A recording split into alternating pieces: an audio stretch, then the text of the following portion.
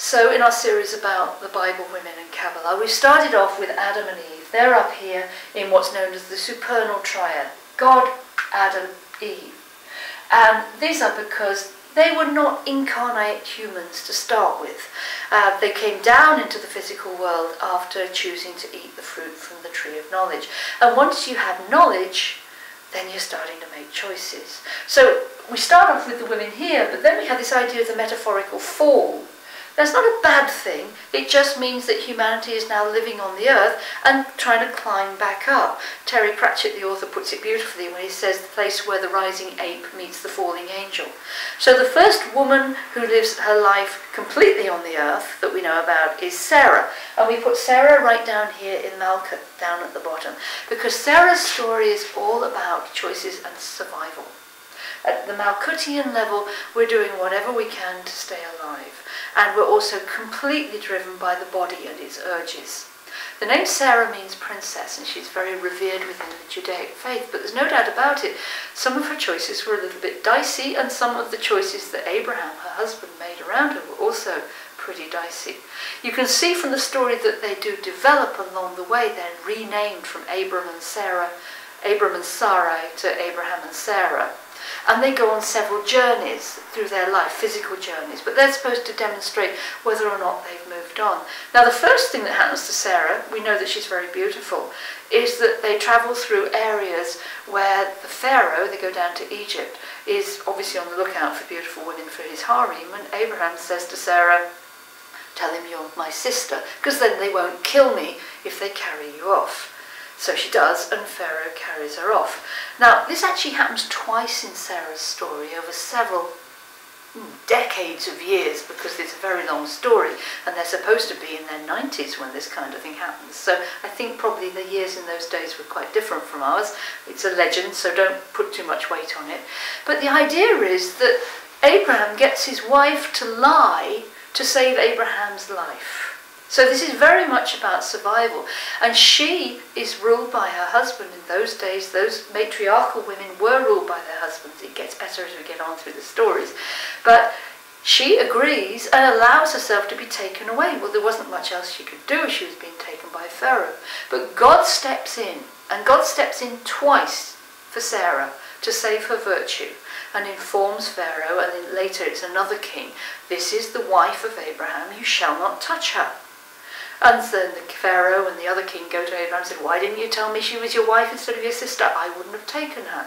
So this is a lovely story about trusting to tell the truth, trusting that you're going to be okay, and trusting that God's going to take care of you. So Abraham and Sarah have kind of fallen over on that first one at the very beginning. The story we know about Sarah is the fact that she was infertile, and that God has told Abraham that he's going to be the father of a nation. And God also tells Abraham that he and Sarah are going to be the father of a nation, the father and mother of a nation. So even though Sarah is then past the menopause, God has said, "You will be parents, and parents of a nation." She can't trust it, and we all know that one. She just can't trust that it's going to happen, because physically, down at this level, she's had the menopause. It's impossible. No IVF in those days. So she can't trust it. And what Sarah does is she gives her handmaiden, probably her slave, Hagar, to Abraham for him to have sex with, so that Hagar can have a child, which Sarah will then adopt. This all goes horribly wrong. Hagar, yes, she does get pregnant, she gives birth to Ishmael, but Hagar starts lording it over Sarah, because right down at this level, having a child is status. Being the mother is status. And Sarah is furious about this and sends Hagar away. And there's a long story, but Hagar is intercepted by an angel of God saying, "No, go back." And Ishmael grows up in the tribe. And then God says again to Abraham, and Sarah is listening, that you will have a son. You will be the father of a nation, and Sarah will be the mother of a nation. And Sarah laughs. She just doesn't believe it. And then she gets pregnant with Isaac, whose name means laughter. And of course, once we've got Sarah with her own son and Hagar with her son, we've got another battle with the women. And I believe, this is only my view, but I believe that women have a huge part to play in preventing and making peace preventing war and making peace. Sarah and Hagar were at war. Once Isaac was born, Sarah made sure that Hagar was expelled with her son Ishmael, and Hagar had to go away. So it was the women's fighting that caused that first rift. And of course the legend is that Hagar and Ishmael became the ancestors of Islam, and Abraham and Isaac became the ancestors of Judaism and later Christianity. So all these choices don't seem to be anything other than primal physical choices, but the consequences are huge. And right down here, this is the commandment that says, thou shalt not covet. It's about jealousy, about envy, about hatred.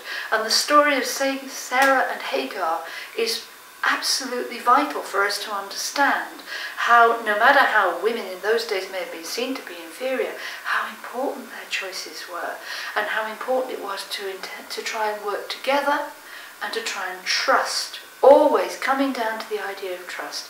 Sarah was told quite clearly by God that she would be looked after.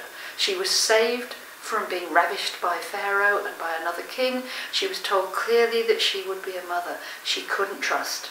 And that's the lesson from Sarah: trust.